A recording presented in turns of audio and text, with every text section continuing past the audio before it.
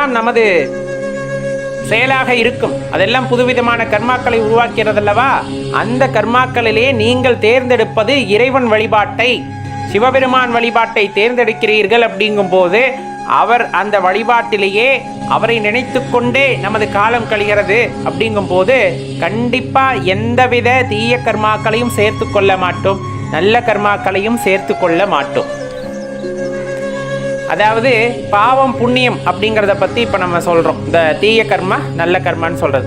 அப்போ இந்த இடத்துல என்ன ஆயிடுது, எப்போதுமே மனதானது எங்கு லயத்திருக்கிறது அப்படின்னா சிவபெருமானுடன் லயத்திருக்கிறது. அப்படிங்கும்போது கண்டிப்பாக அவர் அன்பின் உருவமானவர்.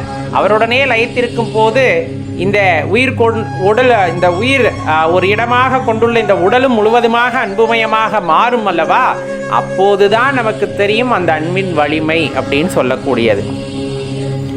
அதே போல ரொம்பவே முக்கியமான விஷயம், ஒருத்தர் வந்துட்டு சரணடைந்து விட்டால், ஒருத்தன் தன்னை சரணடைந்து விட்டால் அவர்களை எப்பொழுதும் துறக்காதவனாக இறைவன் இருப்பார். இந்த சரணடைதல் அப்படிங்கிறது சாதாரண விஷயம் இல்லை, நமக்கு தெரியும். அது என்னதான் இருந்தாலும் மனசு வந்து அங்கங்கே அலைபாயும், அதெல்லாம் இல்லை. எது நடந்தாலும் சரி, எது நடப்பினும் சரி, எம்பெருமான் ஈசனின் கருணையினால், ஈசனின் ஆணையினால் நடப்பவை ஆகையால் நான் அதை அப்படியே எவ்வாறு வருகிறதோ அவ்வாறே ஏற்றுக்கொள்கின்றேன் என்ற மனப்பக்குவம் ஒருவரிடம் வந்துவிட்ட பின்னர் அது சரணடைதல் அப்படிங்கிற எல்லைக்கு சென்று விடுகிறது. எல்லாம் உன் பாதத்திற்கு, எது நடந்தாலும் உன் பாதத்திற்கு. அப்ப நான் இந்த இடத்துல வெறும் பொம்மையாகத்தான் இருக்கின்றேன், நீ என்ன செய்ய சொல்கிறாயோ செய்கின்றேன் அப்படிங்கிற மாதிரி நம்ம சென்று கொண்டிருக்கிறோம் என்றால் கண்டிப்பா அவர்களை இறைவன் துறப்பதில்லை, இறைவன் அவர்களை விட்டு நீங்குவதில்லை. ரொம்ப முக்கியமான விஷயம். இப்ப இந்த மாதிரி எல்லா பொருளுடனும் இணைந்து இருக்கின்ற, இணங்கி இருக்கின்ற இறைவன் யாரையும் எப்பவும் பிரிவதில்லை. சரி, அவரை எப்படி தெரிஞ்சுக்கலாம் நம்மளுடன் தான் இருக்கிறாரா?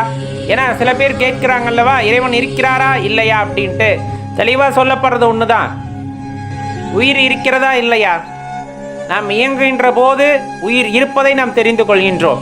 இந்த உடலை விட்டு பிரிந்து விட்ட பின்னர் உயிர் சென்று விட்டது என்கின்றோம். எங்கிருந்து வந்தது, எங்கு சென்றது, எப்பொழுது பார்த்தீர்கள், இதுதான் கேள்வி. அப்ப இதற்கான விடையை தேடி அலைந்திருக்க வேண்டும் அல்லவா. இந்த உயிரானது எப்படிப்பட்டது, எங்கிருந்து வந்தது, எங்கு செல்கிறது, இதை இந்த உடலுக்குள், இந்த உடலை விட்டு நீங்காமல் கட்டி வைத்தது யார், அவிழ்த்து விட்டது யார், இந்த உடலை விட்டு வெளியே செல் என்று அவிழ்த்து விட்டது யார், எந்த சக்தி இதை போன்ற